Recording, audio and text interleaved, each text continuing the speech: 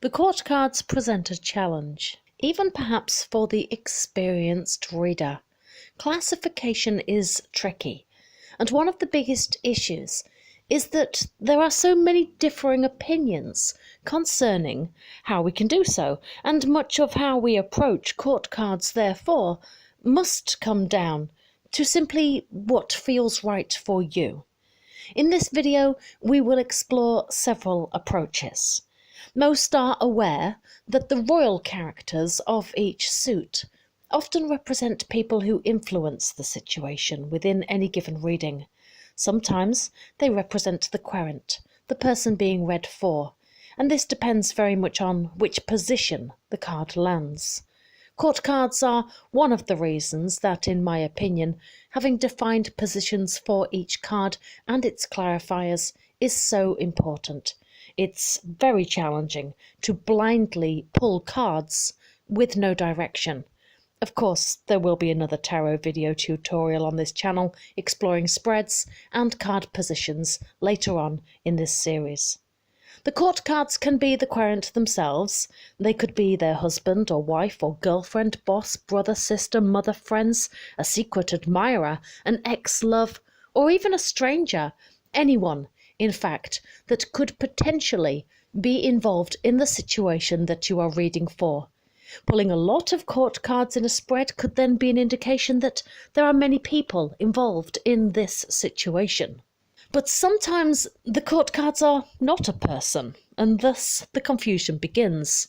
The court cards can also be a situation or an event that takes on a personality of sorts. They can represent part of a personality or a side of someone being expressed. They could be the way someone else sees the querent. They may reflect a best or ugly side that is coming out, or a mindset that it would be beneficial to nurture for a given situation. The confusion also extends to any potential star sign and planetary associations that we may try to attribute to the court cards.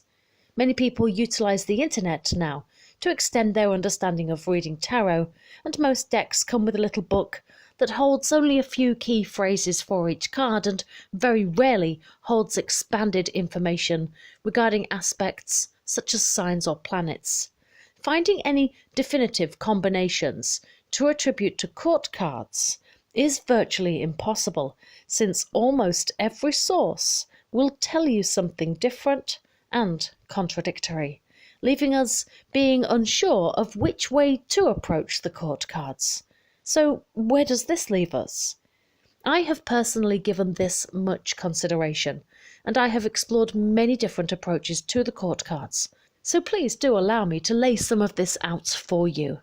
The first lesson in this video series on this channel explored the minor arcana in relation to star sign and planetary correspondences, and there we could see how neatly the 12 zodiac signs are subdivided between the minor arcana cards 2 through 10.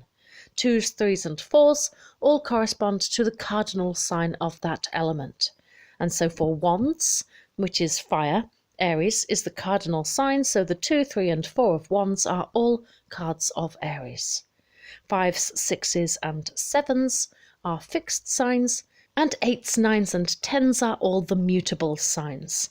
The planets are somewhat more complicated, but I have also explained how all of that works in detail, and I would recommend that you take some time to watch that tutorial if you're interested in seeing how. The aces are the complete manifestation of the associated element, and so hold all of the signs for that element. The Ace of Swords is air, for example, therefore holding the energy of all of the air signs: Gemini, Libra and Aquarius. The 16 court cards, however, simply cannot be evenly spread across the 12 zodiac signs. And if we attempt to do this, inevitably some signs will be overrepresented and others underrepresented. And this doesn't occur anywhere else in tarot, so I see no reason why it would here. The minor arcana has a fair and even spread, each sign, each planet being represented as much as the other. And the same applies for the major arcana, even though there are 22 cards. They are organised quite specifically.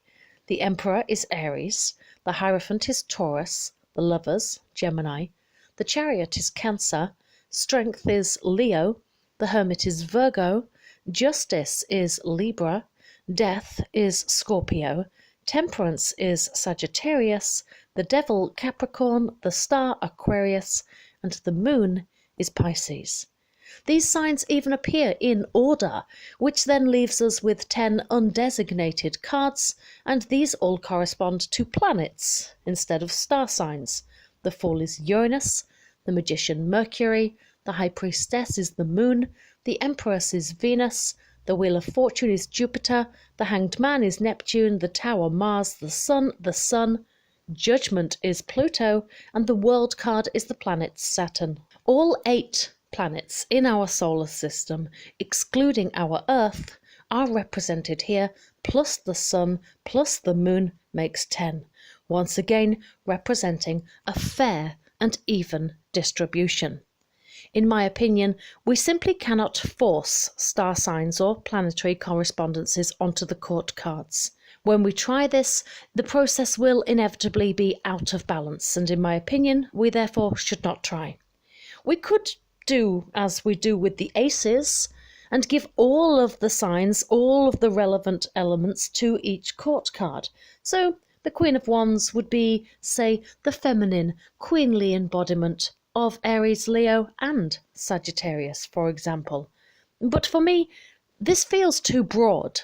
This works for the aces, since they are the ones, the beginning. In a similar way too, card 1 from the majors, the Magician, who carries the energy of all 4 suits, it makes sense that each ace should also carry the energy in a similar way. Of course, however we do approach this, at some point there will be signs that we can associate with each court card, even by nothing more than proxy. This is how it works with the major arcana. The Lovers, for example, is a card of Gemini, and therefore, by proximity, a card of Mercury, since Mercury is the ruling planet of Gemini. But the Lovers is first and foremost Gemini energy. And the reverse applies. The Fool is a card of Uranus, the energy of the planet also known as the Divine Awakener. And since Uranus is the ruling planet of Aquarius, the Fool is by proximity a card of Aquarius. But ultimately the Fool is Uranus energy and doesn't strictly have a sign. As an aside, when talking about the Fool, many assume this card represents Aries, since it is the beginning. And while this seems logical, we should remember that the Fool isn't really the beginning. The Magician is. The Fool is the protagonist. He works his way through the entire deck, and that's why he has no number. And if we attributed the sign of Aries to the Fool, this would create an imbalance in the distribution of signs and planets. There would be an underrepresentation of Uranus and an overrepresentation of Aries, and as we have seen, this is not how tarot works. What most, including myself, turn to as far as the court cards are concerned is not signs and not planets, but elements. And using this method, each card carries a distinct combination of elemental energy. All of the kings are air energy. The kings are the executors of their own element. They are level-headed and intellectual. They approach things with clarity of mind. They must be strategic in order to ensure their vision comes to life, and they are great communicators. They must be, in order to share their vision of what the world can be. All of the queens are water, yes, even the Queen of Swords. Queens are receptive. They hold deep knowledge of their own suit, and this energy is turned inward. They seek to perfect their private world. They approach matters with a quiet dignity to express their suit and inspire. The knights are fire, filled with passion, action and drive. A knight is very eager to prove himself to the world, perhaps on occasion a little too eager. This can make them impatient, which manifests as the extreme of their suit. And pages are pentacles, the most inexperienced, dealing with only the material world and not of thought or the mind, or ruled by emotion or the divine fire that burns in one's soul. But they are eager to learn and grow and filled with curiosity, ready to explore all their suit has to offer. And so, in this way, each court card carries a combination of two elements. These combinations are known as elemental dignities and can be used in many different ways in relation to tarot, not just for court cards, but when reading card combinations as well. Elemental dignities speak of the relationship between two elements and can be read in terms of how any given combination relates to the other, how they might strengthen or weaken each other, depending on whether this is a positive or negative combination, or how the qualities of active or passive complement or contradict each other. For the minor arcana cards 2 through 10, the element is very clear and there is only one. Wands are fire, cups are water, swords are air, and pentacles are earth. To establish the element for majors, we refer to the associated sign. The Emperor, for example, is Aries, and so a card of elemental fire. The Hierophant is Taurus, and therefore earth.